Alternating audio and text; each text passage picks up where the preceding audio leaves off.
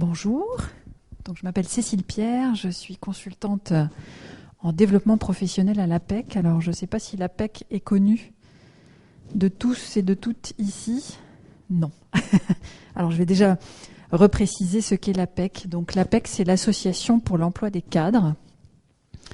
C'est une association qui existe depuis plus de 50 ans et qui fonctionne avec des cotisations du secteur privé. C'est-à-dire que toutes les personnes qui ont occupé ou qui occupent un emploi dans le secteur privé avec un statut cadre cotisent à l'APEC tous les mois.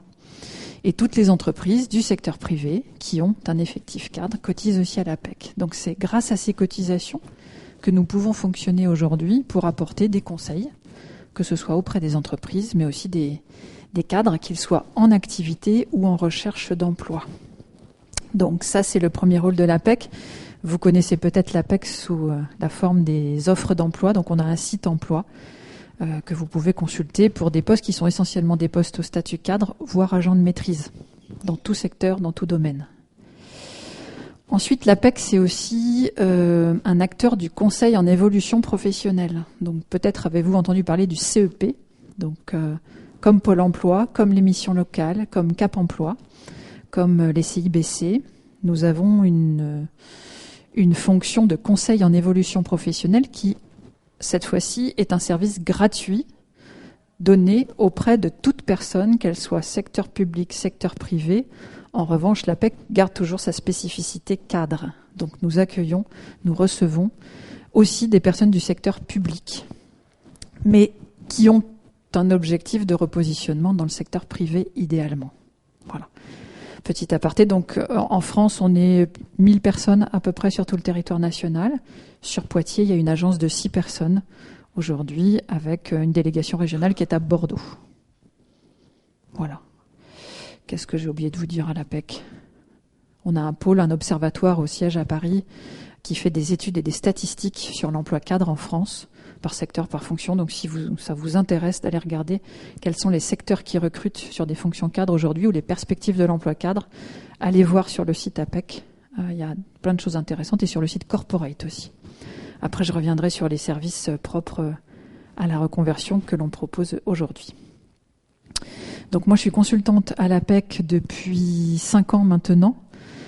Par le passé, j'ai travaillé 15 ans en cabinet conseil RH. J'ai travaillé 2 ans à Grand Poitiers, ici, dans le conseil en évolution professionnelle, en tant que contractuel. Et j'ai travaillé aussi 4 ans dans la grande distribution, plutôt dans la gestion. Donc j'ai aussi connu une reconversion professionnelle.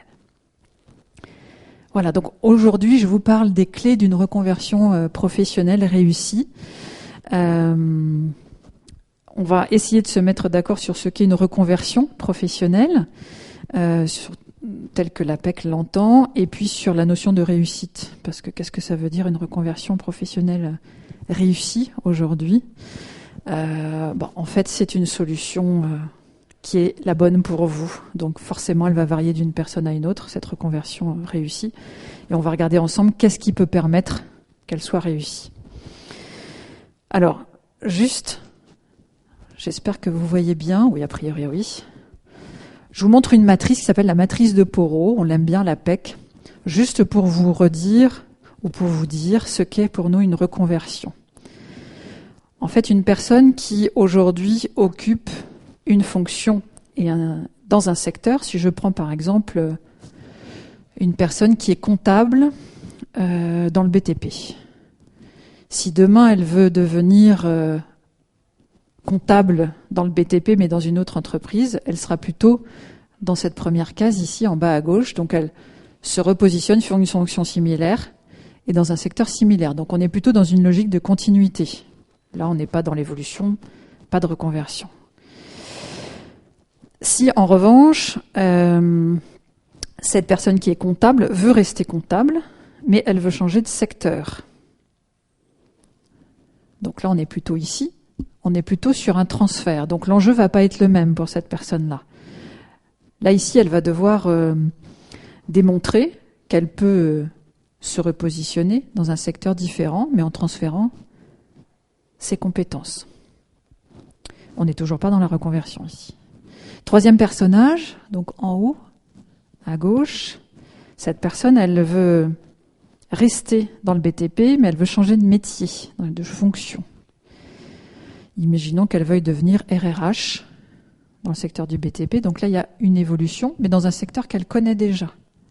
Donc peut-être qu'il va falloir qu'elle se forme un peu, tout en étant dans un environnement qu'elle connaît déjà. Donc on est plutôt dans une logique d'évolution. Et là, peut-être qu'il va y avoir un peu de formation. On n'est pas complètement dans la reconversion professionnelle à ce stade. La reconversion, c'est vraiment celle qui est en haut à droite. Donc c'est la personne qui veut à la fois changer de fonction et à la fois changer de secteur. Donc là, le gap, il est beaucoup plus grand. Donc le pas est plus important. Donc, très certainement que ça va prendre plus de temps. C'était juste pour vous redire ce qu'on entend, nous, par reconversion professionnelle. Donc très souvent, ça nécessite un projet de formation, un projet de développement de compétences pour aller vers la reconversion.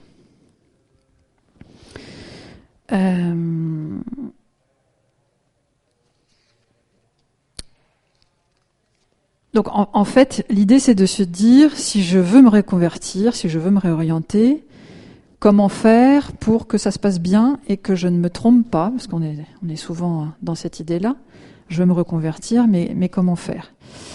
Je vous donne juste un exemple. La semaine dernière, j'ai reçu une personne, c'était un monsieur, qui avait une expérience professionnelle de 6 ans dans le milieu bancaire, sur des fonctions commerciales, et qui a décidé, il y a 1 an et demi, de devenir aide-soignant. Il a voulu changer, il s'est dit « je veux être utile autrement ». Donc il s'est lancé dans la formation d'aide-soignant à l'EFSI à Poitiers, pour se rendre compte, là, au printemps dernier, que c'était pas le métier qu'il voulait faire, en fait, pendant la formation. Donc du coup, il s'est arrêté, il a eu son diplôme d'aide-soignant, mais il est venu nous voir pour nous dire « je me suis trompé, mais cette fois-ci, je veux prendre un peu plus le temps pour éviter de me retromper à nouveau ». Donc il veut vraiment changer de métier, il veut plus aller dans la banque. Le soin, il a essayé, il a tenté, ça marche pas. Donc il revient vers nous en nous disant « cette fois-ci, je veux prendre le temps ». Donc une des premières choses, effectivement, c'est que si on veut rater une reconversion, il faut aller vite. Donc le conseil, c'est de prendre le temps. Alors on va voir comment. On a défini un certain nombre d'étapes qui sont importantes pour toute personne qui veut se lancer dans la reconversion.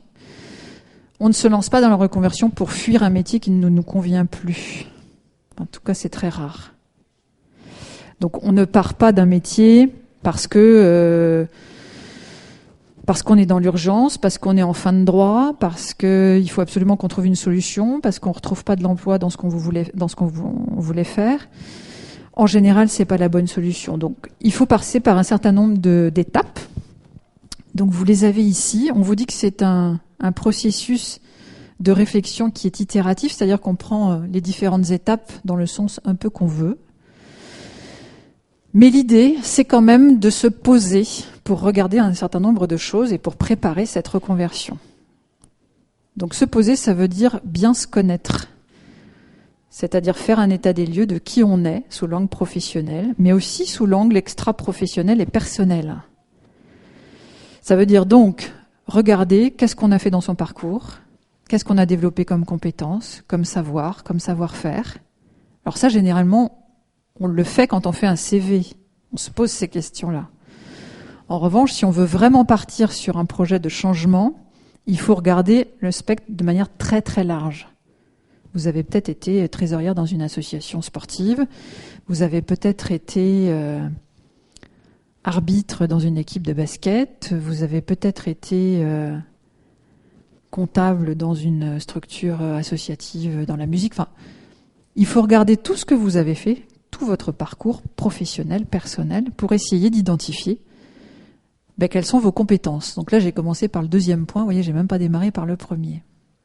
Donc déjà, bien se connaître sur qu'est-ce que j'ai fait jusqu'à maintenant, quel est mon bagage, quel est mon portefeuille de compétences et de connaissances.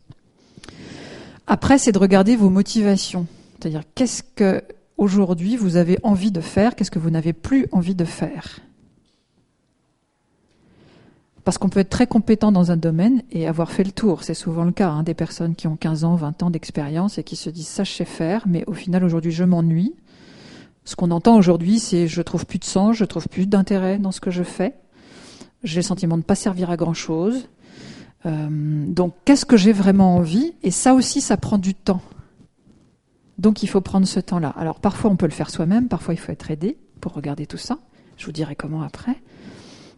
Mais l'idée, c'est de regarder, voilà, quelles sont mes motivations, quelles sont mes aspirations, vers quoi j'ai envie d'aller, qu'est-ce qui me motive, à quoi j'aspire, et puis qui je suis en termes d'individu, parce que dans un projet de reconversion, il y a un projet, mais il y a aussi une personne derrière, avec une personnalité, avec des émotions, avec un parcours, une histoire, une culture, des croyances, des valeurs. Donc il faut regarder aussi ces valeurs. Ensuite, peut-être que j'ai une idée de reconversion, peut-être que je sais vers quoi j'ai envie d'aller, mais je suis pas sûre. Donc peut-être que je peux quand même essayer de me projeter vers ce métier idéal. Donc comment je peux faire pour savoir si ce métier idéal auquel j'aspire me correspond vraiment?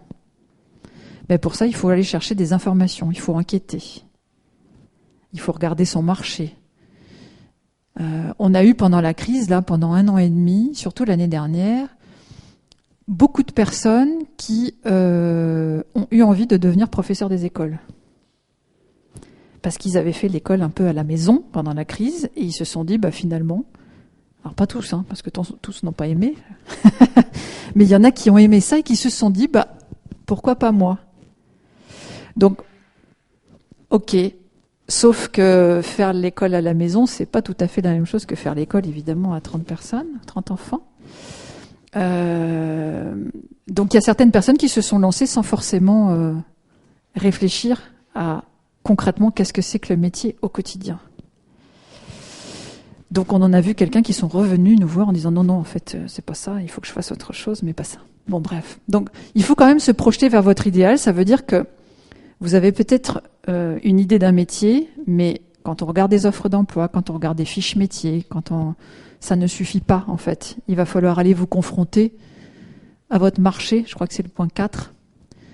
Se confronter à son marché, ça veut dire aussi rencontrer des professionnels. Donc ne pas hésiter à aller toquer à la porte d'un voisin, d'une voisine, d'un collègue, d'une connaissance ou sur les réseaux sociaux professionnels. Aujourd'hui, on a la chance d'avoir accès à une multitude de profils. Donc si demain je veux devenir ébéniste et que je ne connais pas ce métier-là, mais que j'adore le bois, il faut quand même que j'aille rencontrer un ébéniste pour savoir concrètement qu'est-ce que c'est que ce métier-là.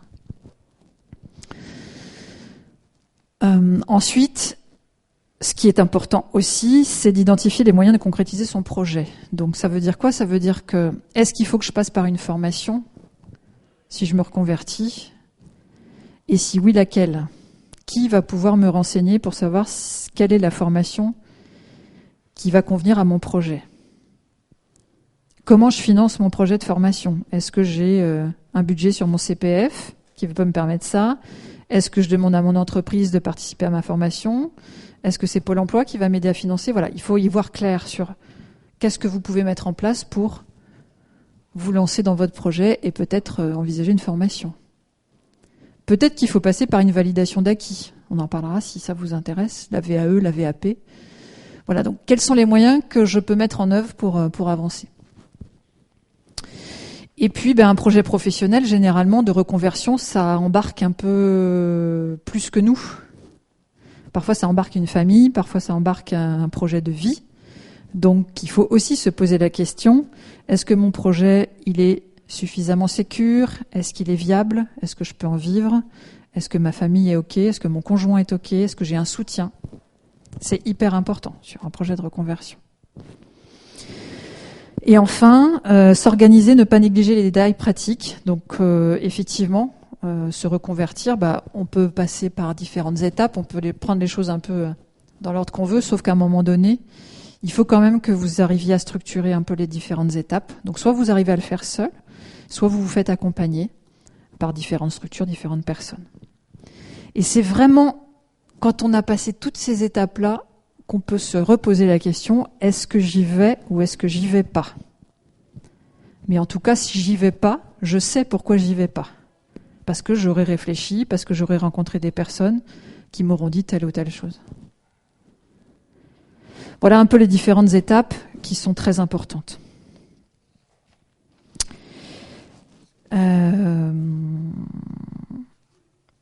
Donc après, comment vous faire accompagner si vous avez besoin d'être accompagné? Je vais vous parler de l'APEC évidemment, mais il n'y a pas que l'APEC. Mais à l'APEC, vous pourrez aller regarder sur notre site. On a plusieurs services qui peuvent répondre à de l'accompagnement sur de la reconversion. Donc si vous avez cotisé à l'APEC, vous avez le droit à ces services de manière gratuite. C'est-à-dire c'est pas payant aujourd'hui ça pour vous, puisque c'est prépayé par les cotisations. Donc vous avez le service qui s'appelle Perspective. C'est un service d'accompagnement qui dure 3-4 mois, à raison de 3, 4, 5 rendez-vous avec un consultant, qui vous aide à faire le tri, à faire le point, et à regarder en particulier quelles sont vos aspirations, vos valeurs, vos intérêts aujourd'hui, qu'est-ce qui vous donne envie, et vers quel type de métier vous pourriez aller. Donc ça vous permet d'identifier des pistes de repositionnement professionnel. Et à partir des pistes qui se dégagent, est-ce qu'il faut que je repasse par un projet de formation ou pas? Si oui, lequel et comment? Donc c'est pas un bilan de compétences. Je ne sais pas si vous avez déjà entendu parler du bilan de compétences. À l'APEC, on n'en fait pas, mais c'est un focus qui est fait sur aujourd'hui, maintenant, qui vous êtes, de quoi vous avez envie, de quoi vous avez plus envie, et qu'est-ce que demain vous pourriez faire. Et ça vous permet d'identifier des pistes de repositionnement. À l'issue de ce service, on vous fait une synthèse que vous recevez et qui reprend les éléments vus pendant ces entretiens. Donc ça, c'est le service Perspective. Ensuite, on a des services spécifiques pour ceux qui veulent créer ou reprendre une entreprise. Et donc là, on a des consultants référents sur ce dispositif-là. Certains ont déjà une idée du projet de reprise ou de création d'entreprise. Et donc là, l'idée, c'est d'être en soutien, de vous accompagner dans les différentes démarches ou de vous mettre en relation avec des personnes, des experts, qui peuvent être des experts comptables, des experts juridiques et autres. Et puis, il y a des personnes qui ont plutôt un profil entrepreneurial, c'est-à-dire ils ont envie de créer des choses, ils savent pas quoi, ils n'ont pas l'idée, et là, pour le coup, on les aide à trouver une ou des idées.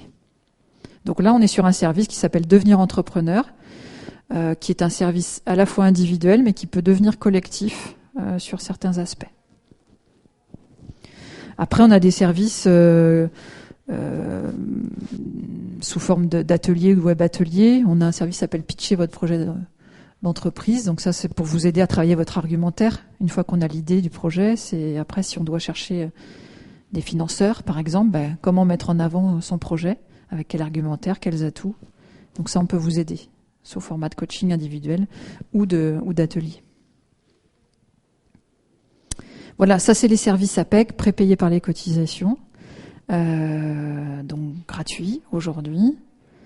Après, oui, allez-y.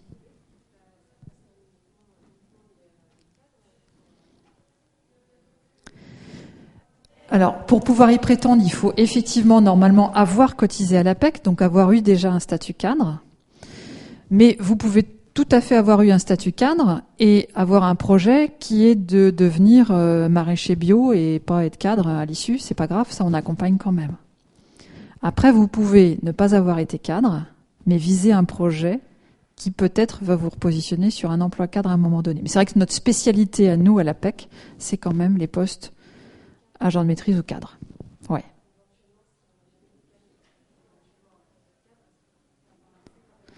Je sais que je vous entends pas bien. Le micro peut-être? Oui, ouais. Je disais en fait, si jamais on n'a pas été cadre auparavant, oui. mais qu'on vise après un poste peut-être de cadre, est-ce qu'on peut quand même avoir accès à ces... Oui.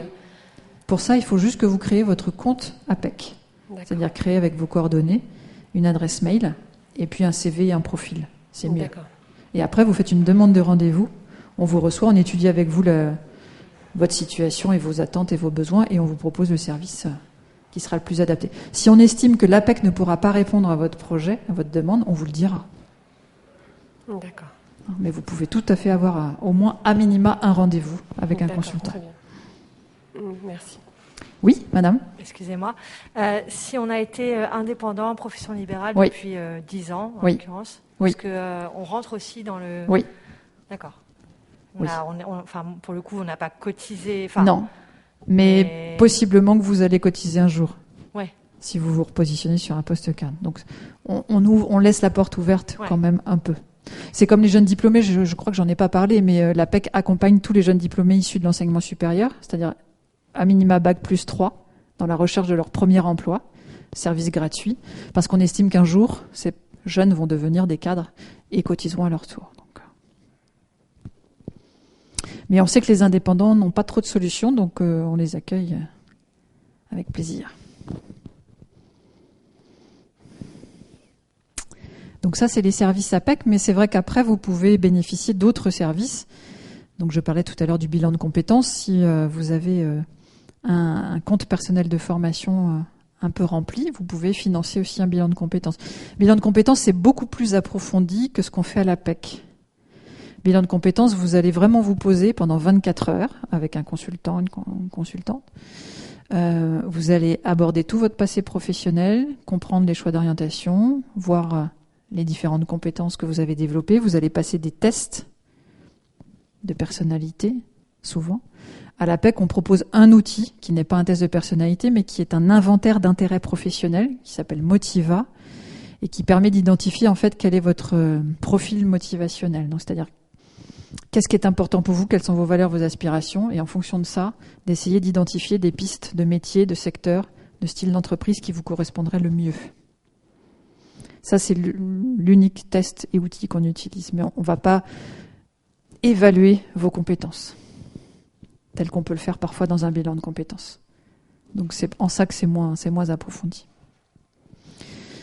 Et après, il y a d'autres services qui peuvent vous être proposés, peut-être par Pôle emploi si vous êtes demandeur d'emploi aujourd'hui. Voilà, sur la reconversion professionnelle. Après, pour peut-être conclure, je sais pas le temps qui passe. J'insiste vraiment sur le fait que une reconversion, ça se prépare et ça se réfléchit. C'est jamais sur un coup de tête, c'est jamais parce qu'on perd un emploi, c'est jamais parce qu'on a eu un burn-out. Ça peut arriver, mais ça se prépare dans le temps, ça s'étudie, ça s'approfondit, ça se réajuste. Donc, pour certaines personnes, un projet de reconversion, ça peut prendre 6 mois. Pour d'autres, ça peut prendre 1 an. Pour d'autres, ça peut prendre 3 ans. Ça dépend des personnes, en fait. Et après,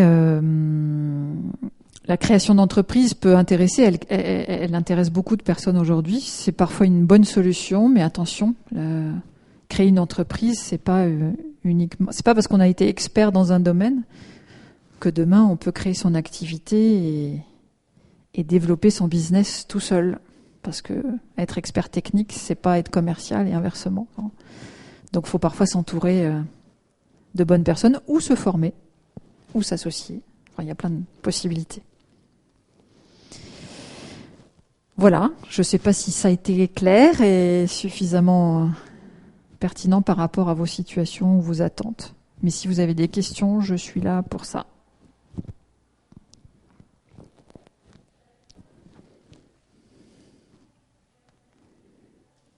C'est OK pour tout le monde ?